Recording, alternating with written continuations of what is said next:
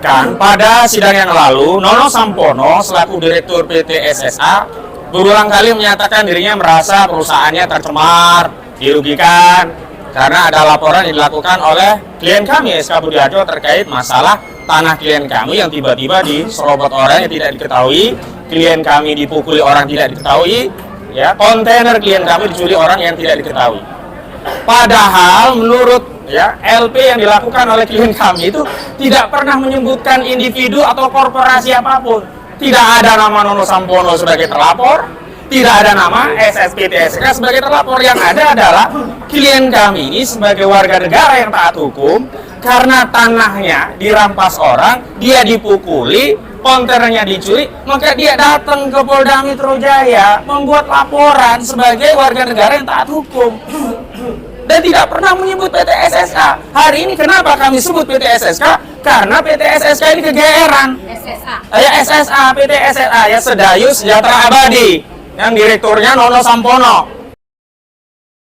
Bismillahirrahmanirrahim. Assalamualaikum warahmatullahi wabarakatuh. Waalaikumsalam warahmatullahi wabarakatuh. Para pemirsa yang kami hormati di seluruh tanah air Indonesia, perlu kami sampaikan bahwa hari ini kita akan memasuki sidang ke-16 dari kasus persidangan kriminalisasi Ketua FKMTI Forum Korban Mafia Tanah Indonesia, yaitu Saudara SK Budi Harjo dan Ibu Nurlela.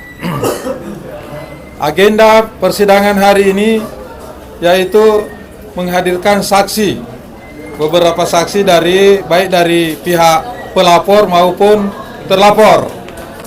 Dari sekian banyak saksi-saksi dari pelapor itu, kebanyakan menyatakan tidak tahu, mengada-ada, sehingga perlu nanti kita buktikan. Kita akan nanti yang membuktikan, karena dia tidak bisa membuktikan kesalahan-kesalahan atau apa yang diduga mengenai surat palsu, maka kita yang akan membuktikan pada persidangan sebentar ini.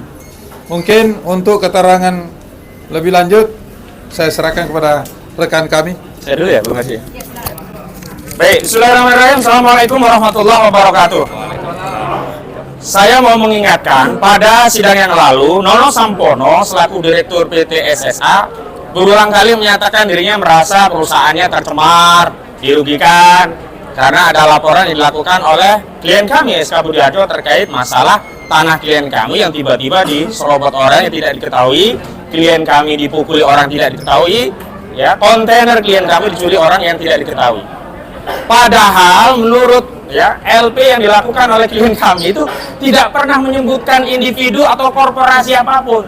Tidak ada nama Nono Sampono sebagai terlapor, tidak ada nama SSPTSK sebagai terlapor. Yang ada adalah klien kami ini sebagai warga negara yang taat hukum, karena tanahnya dirampas orang, dia dipukuli, kontainernya dicuri, maka dia datang ke Polda Metro Jaya membuat laporan sebagai warga negara yang taat hukum. Dan tidak pernah menyebut PT SSK. Hari ini kenapa kami sebut PT SSK? Karena PT SSK ini kegeeran. SSA, PT SSA, ya, Sedayu Sejahtera Abadi, yang direkturnya Nono Sampono. Ya, ini senator juga di Indonesia, anggota Dewan Perwakilan Daerah. Saya ingin tegaskan, tidak pernah ada satu individu atau institusi manapun, korporasi swasta ataupun BUMN yang disebutkan oleh klien kami dalam laporan di Polda Metro Jaya. Tapi tiba-tiba PT SSA ini melaporkan klien kami karena merasa tercemar, dirugikan, memasukkan keterangan palsu, mengajukan dokumen palsu, yang akhirnya klien kami duduk di kursi pesakitan. Dan hari ini kesempatan dari kami untuk mengungkap kebenaran. Karena hari ini adalah pemeriksaan saksi mahkota. Jadi terdakwa ada dua, Ibu Nurlela dan juga Pak SK Budi Harjo akan diperiksa dalam kapasitas sebagai saksi untuk perkara satu dengan yang lainnya. Jadi itu. Dan nanti kami akan minta, ya, kalau nanti hakim kelupaan menanyakan itu, kami akan tanyakan pada klien kami. Apakah pernah melaporkan dan apakah di dalam LP tersebut disebutkan ada PT SSA atau korporasi apapun. Dan saya tegaskan tidak ada, dan tadi saya sudah cek LP-nya tidak menyebutkan itu, dan ini kasus masih lidik. Artinya apa? Suatu peristiwa lagi diperiksa, ada tindak pidananya atau tidak. Kalau peristiwa itu ada tindak pidananya, maka ditingkatkan menjadi penyidikan.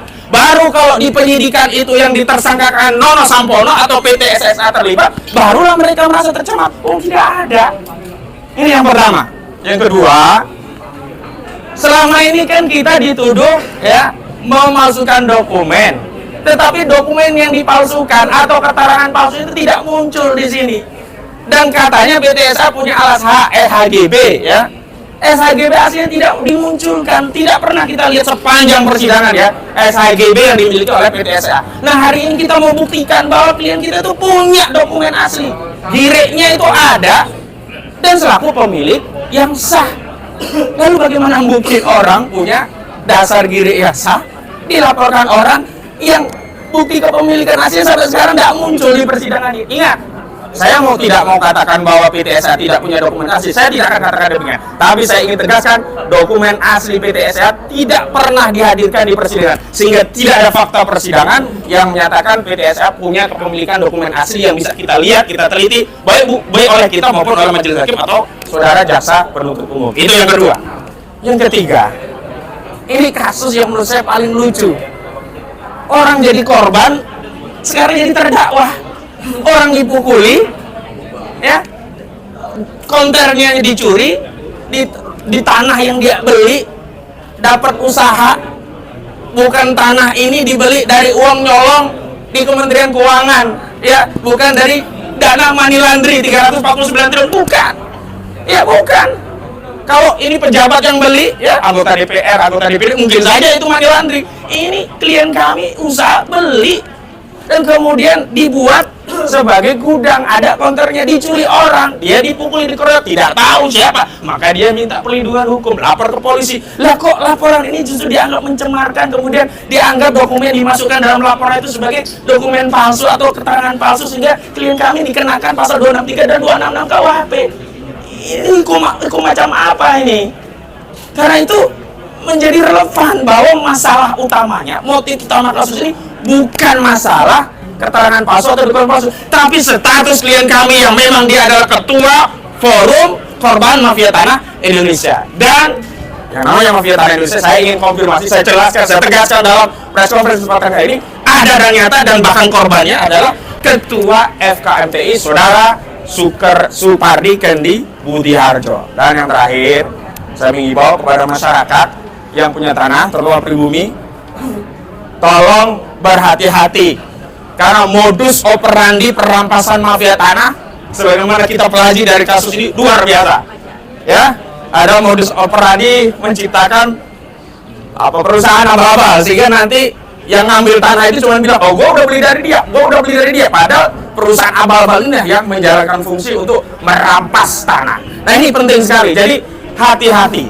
Dan karena itu saya berharap semua masyarakat ikut concern dengan kasus ini, karena ini dampaknya bukan hanya terhadap SK Budiharjo, tapi juga ini berdampak luas kepada kita semua, rakyat kecil yang mau dapat selembar sertifikat aja kesulitan, begitu sudah dapat juga bisa dikerjain oleh mafia tanah. Tanah yang dihuni bertahun-tahun, berpuluh tahun turun-temurun, tiba-tiba diklaim punya orang, sudah punya surat, sudah ada sertifikat, lalu kita diminta untuk jual murah-murah, kalau tidak kita akan berperkara, kemudian kita akan dikalahkan dalam perkara itu. Jadi mohon untuk mengikuti kasus ini dan minta doa dukungannya agar melalui fakta persidangan ini kita bisa mengungkap secara terang benderang. Jadi ada hikmahnya juga klien kami ini dikriminalisasi. Jadi klien kami punya kesempatan dalam forum resmi di sebuah persidangan yang terbuka untuk umum, ya, untuk membongkar mafia tanah yang diduga ya melibatkan banyak entitas dan banyak institusi resmi negara oleh oknum-oknum yang tidak bertanggung jawab. Takbir. Demikian dari saya. Assalamualaikum warahmatullahi wabarakatuh. Ya, kami tambahkan sedikit ya. Sebenarnya memang ini adalah modus daripada mafia tanah. Salah satu cara yaitu mengkriminalisasi untuk mengincar tanah-tanah masyarakat yang diinginkan. Walaupun sudah sertifikat, walaupun sudah dikuasai bertahun-tahun secara turun-temurun, ya. Dengan cara membuat surat palsu dan kemudian menuduh pemilik yang abadi, yang asli, bahwa itu palsu, bekerja sama dengan aparat penegak hukum, ya. sebenarnya tidak bisa lagi diklaim bahwa itu oknum-oknum. Karena ini banyak, merata hampir di seluruh Indonesia.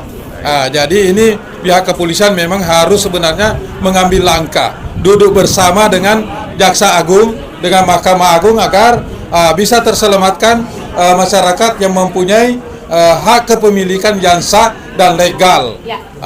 Jadi saya sampaikan sekali lagi, hati-hati masyarakat Indonesia, jangan sampai nanti dikriminalisasi, dijebloskan nanti dengan rasa tekanan dari penjara, sehingga anda ini, saudara-saudara ini semuanya yang pemilih hak yang sah, turut mengaminkan harga yang diinginkan sesuai keinginan mafia tanah.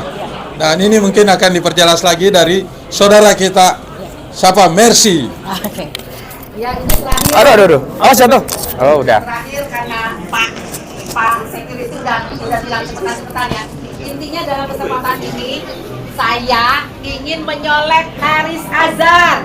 Tahu kan Haris Azhar kan? Haris Azhar beberapa waktu yang lalu mengatakan siap adu data. Kapan? Betul kan Bapak-bapak? Kapan dan di mana? Ya, kapan dan di mana? Kita siap adu data. Siapa sebenarnya yang punya dokumen asli, siapa yang tidak. Ya, jadi kepada Mas Haris Azhar, walaupun ada sedang pusing sekarang dituntut, kita selesaikanlah masalah ini. Dan satu lagi, kami mengimbau juga kepada para jaksa dan penyidik yang katanya sudah menghadirkan berapa ya? 12 saksi, ternyata yang datang tuh hanya 9. 3 saksi yang penting itu malah tidak datang. Orang BPN tadinya di Jakarta, sekarang katanya dipindahkan ke Jambi. Kan kalau masih Jambi masih bisa kan? Apa sengaja dipindahkan biar nggak bisa diperiksa di sini? Iya. Itu ya satu. Terus yang kedua, direktris yang menjadi direktris perusahaan yang tadi dikatakan rekan saya, perusahaan cangkangnya ini juga tidak hadir. Menurut jaksa katanya sudah dihubungin, tapi dia hilang ditelan bumi. Itu ya. Yang ketiga adalah oknum di kelurahan yang mengatakan bahwa berkas dari klien kami itu tidak ditemukan. Pertanyaan kami, tidak ditemukan apakah berarti palsu? Nah, ini kan ada kesengajaan daripada penyidik utamanya ya, dan aparat kelurahan, bahwa untuk melakukan penyelidikan dan penyidikan dengan ada unsur kesengajaan bahwa supaya tidak kelihatan data-data atau terregister dasar surat-surat yang kepemilikan pemilik tanah, dengan sengaja dia tidak munculkan bahwa hilang atau memang tidak ada pencatatannya. Jadi gampang sekali mengkriminalisasi orang ya. Jadi kita minta kepada media tolong dukung, karena jika hari ini mungkin Pak Esa Budiarjo yang kena, tidak mustahil besok-besok kita, anak atau cucu kita. Mari kita berjuang, merdeka. Merdeka. Ya,